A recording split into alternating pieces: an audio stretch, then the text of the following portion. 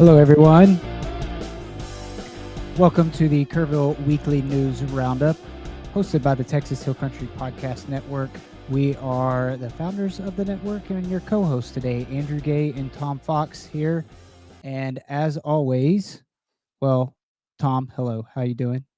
Good. Good. Good to be here. You bet. Why don't you do the honors, as always, and kick us off with your top news picks for the week, sir? Yeah, the top story for me, Andrew, this week was affordable housing and or achievable housing, however you choose to call it. And it revolves around the proposed Lennar housing development near where the old Hal Peterson Middle School was located. And we had a first reading to the Kerrville City Council, who gave an initial approval to the project, but there were lots of questions that still are unanswered. Water, size of homes, the revenue, the tax district revenue on the reimbursements for the infrastructure. And although City Council did approve this first reading, there's a second reading required. And at the end of the public hearing, council members Jeff Harris, Brenda Hughes, and Joe Herring made clear that there were many unanswered questions. And Joe Herring said specifically that he wouldn't vote for a second reading if the developer can't or wouldn't address the concerns raised at this hearing. So I think, I'm not sure it's a good first step, but it's certainly a first step. The developer needs to really consider the questions about water, the deviations from Kerrville's 2050 plan, and whether or not there was support from various other groups in the city, although Peterson Health and the Kerrville Area Chamber of Commerce did support the development because of the recognized need for additional, particularly affordable housing in the city. And of course, there's the zoning issues that always come up with these types of projects. So, like I said, it's a first step in the process, and hopefully we'll start to get some of the answers that City Council raised. My second story is a sort of continuing story of Harvey Ballou. And this morning in the lead, Louis Amstoy noted that the county's website had removed Harvey Ballou on the list of county commissioners. He was not present at the most recent county commissioner meeting.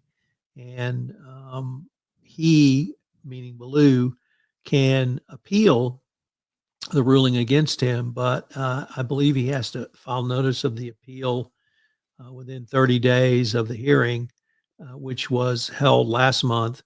And he's got to file a notice of appeal plus a bond. We don't have information on what the bond will be for Ballou, so that could be an issue. And then if he doesn't appeal, the county judge, Rob Kelly, can appoint a replacement to serve the rest of Ballou's term, which expires on December 31, 2024. So more fallout from the Ballou hearing, and we don't know where that's going. I assume he's going to appeal, but he hasn't filed that notice yet. So what about you? What do you got for us? Yeah, those are two great stories, Tom. Thank you for sharing that. That's some of the top highlights of kind of what's the talk around town. So thank you for reporting on that. For myself, first I wanted to start by mentioning there was a Texas Tribune article that was released earlier this morning, and you just mentioned Louis Amstoy from the lead, but he actually contributed was quoted in this article, but it also talked about the Kerr County Commissioners Court, but more specifically the hand counting of ballots for elections and some of the issues that are going on there as far as the county. There's certain commissioners that wanted hand counting of ballots. There's extra cost involved with that. There's been some resignations within the county over some of this debacle about whether or not that's going to be able to be instituted. So that was one. I actually just posted it on our Facebook page. So there's a link to that article. From what I could tell, it wasn't behind a paywall. I could access it free. So you're welcome to go on there and read that. It's a good read. It has some good explanation in it. And then number two, I would be amiss if we didn't mention the eclipse that is happening tomorrow in about the middle of the day. So it's the annular eclipse. This is not the total solar eclipse. So it's going to create the ring of fire. It's going to be really exciting. It's going to happen basically right in the middle of the day. Starts at something like 10:20, and the partial eclipse will build all the way up until about 11:52 or so a.m. Right before noon is when we'll get about between 4 and 5 minutes or so of this ring of fire view of the sun. You have to have eclipse viewers on to look at it. Please do not burn your eyes. Please make sure you have the right eyewear, the eclipse goggles, the ISO certified ones to look at this.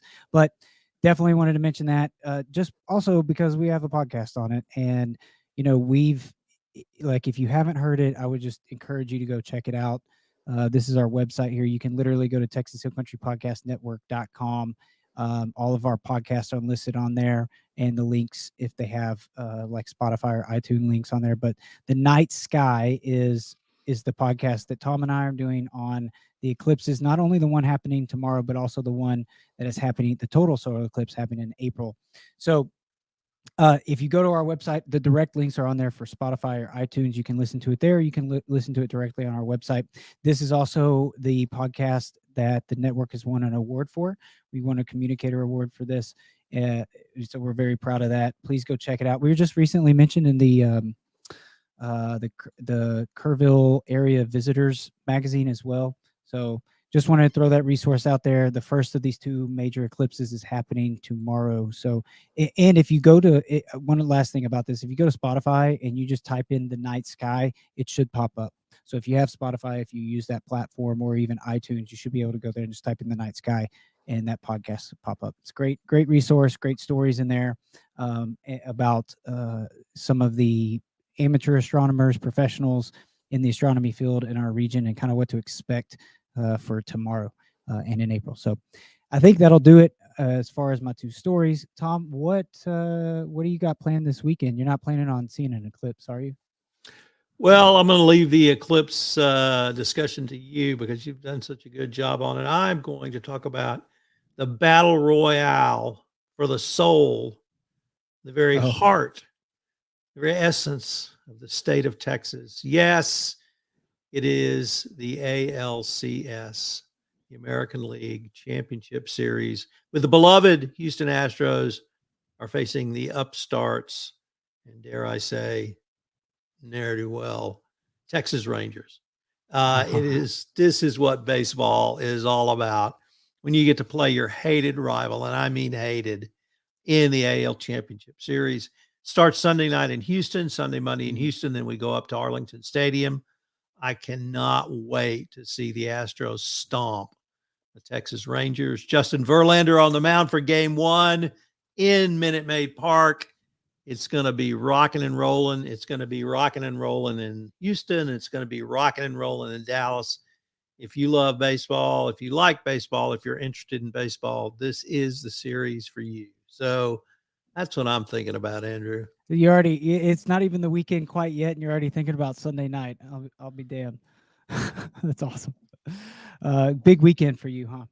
So, yeah, I think for this weekend, we're all planning on staying put. It was funny because I was texting you and Gilbert before we got on here live, and as I was driving around the lunch hour, there was already a bunch of different out-of-state license plates, some people toting some campers and stuff around that are obviously here for the weekend to stay for the eclipse. So anyway, okay, guys, that will do it for us today. Thank you for tuning in. Don't forget, interact with us, share our content, helps other people find the show, and hope you have a great weekend. If you're in the Texas Hill Country, be sure to check out the eclipse tomorrow. Make sure you can get, cross your fingers that we have good weather, and make sure you wear glasses for the viewing. So with that, we will say peace out and have a great weekend.